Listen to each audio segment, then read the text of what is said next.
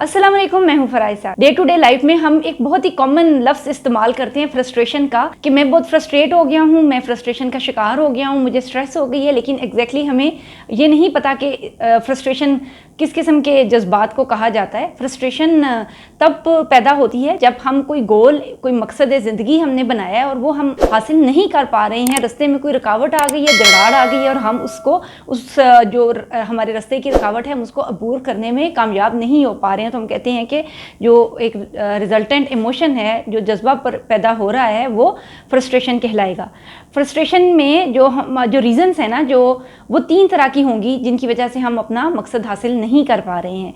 एक होंगी external reasons, यानी कि मसलन आप बहुत अच्छे यूनिवर्सिटी या कॉलेज में दाखिला लेना चाह रहे हैं, लेकिन आपके पास पैसे इतने नहीं हैं कि आप वहाँ पर जाकर आपके पास इतने पैसे नहीं कि आप वहाँ पर दाखिला ले सकें, या फिर आपको घर से परमिशन ही नहीं मिल रही, आपके वालिद आपको इजाज़त नहीं दे रहे हैं, या फिर यह कि घर के हालात ऐसे हैं कि आपको अपनी तालीम तर्क करके कुछ ऐसा काम करना पड़ रहा है। यानी जो आउटर सिचुएशंस हैं, गिरदो पेश के हालात ऐसे हो गए हैं कि उसकी वजह से आप अपना मकसद हासिल नहीं कर पा रहे हैं। ये इन्वायरमेंटल काजेज़ कहलाएंगे और एक्सटर्नल रीजंस कहलाएंगी। बहुत ही कम ऐसा होता है कि हमारे एक्सटर्नल इन्वायरमेंट के ऊपर हमारा कोई कंट्रोल हो सकता हो, तो हम चूँकि उन सिचुएशंस को कंट्रोल नहीं कर पाते हैं, तो हम बहुत ज़्यादा एक तरह से हमारा जो गोल है, ऑब्जेक्टिव है, जो हम हासिल करना चाहते हैं, वो रुक जाता है।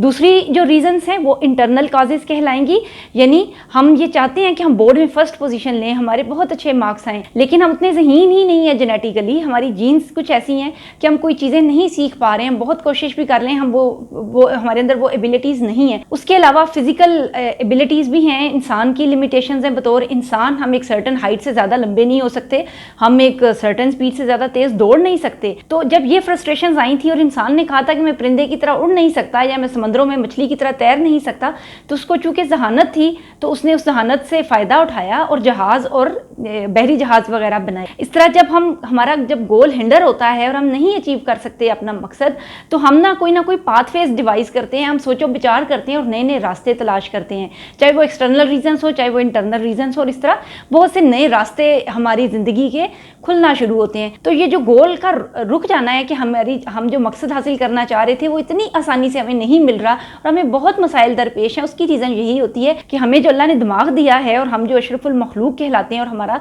दुनिया में आने का मकसद भी यही है कि हम आजमाए जाएं और हम ये समझें कि हम अपने दिमाग को कैसे इस्तेमाल कर रहे हैं। जब तक हमें बैठे बैठाए आसान तरीके से कंफर्ट जोन के अंदर चीज़ें मिल रही हैं, तब तक तो हम अपने जहन को दौड़ाने की कोशिश नहीं करेंगे। हम तभी सोचो विचार और लॉजिकल और एनालिटिकल रीजनिंग और अपनी एनालिटिकल पार्ट्स को इस्तेमाल में लाएंगे जब हमारे गोल्स अचीव नहीं हो रहे हैं। तो ये डीप इनसाइड एक बहुत बड़ा मैसेज है जो कुदरत का, नेचर का हमारे लिए है। अच्छा, जो तीसरी टाइप है, एक तो हो गई एक्सटर्नल रीजंस और एक हो गई इंटरनल रीजंस हमारी, जो हमें फ्रस्ट्रेट करती हैं। एक और जो सबसे इंटरेस्टिंग रीजंस है और सबसे ज़्यादा जिनका रोल प्ले होता है वो कहलाती हैं जी मोटिवेशनल कॉन्फ्लिक्ट्स। मोटिवेशनल कॉन्फ्लिक्ट्स क्या हैं कि हमारे पास ना कोई ऑब्जेक्टिव है या गोल्स हैं और उसमें ना कोई पॉजिटिव चीज़ें हैं और उसमें कोई नेगेटिव पहलू है, और हमने एवेल्यूएट करना है कि किसका पलड़ा भारी है, नुकसान का पलड़ा भारी है या फ़ायदे का पलड़ा भारी है। उसकी अगेन आगे से 3 या 4 टाइप्स हैं। नंबर 1 जो मोटिवेशनल कॉन्फ्लिक्ट है वो कहलाती है अप्रोच कॉन्फ्लिक्ट। आपके पास 2 चीज़ें हैं, आपकी अम्मा ने आज बिरयानी भी पकाई हुई है और घर में कोफ्ते भी पके हुए हैं, आपको दोनों डिशेस पसंद हैं, लेकिन अम्मा कह रही हैं एक चीज़ खानी है। सिंपल लफ्ज़ों में, ब्रॉड वे में अगर हम कहें, आपके 2 प्रपोजल्स आए। एक प्रपोजल भी बहुत अच्छा है, लड़का या लड़की गुड लुकिंग है, पढ़ा लिखा है, आपके साथ फैमिली मुताबिकत भी है। दूसरा भी ऐसा ही है, लेकिन ज़ाहिर है शादी तो एक से ही करनी है, ठीक है।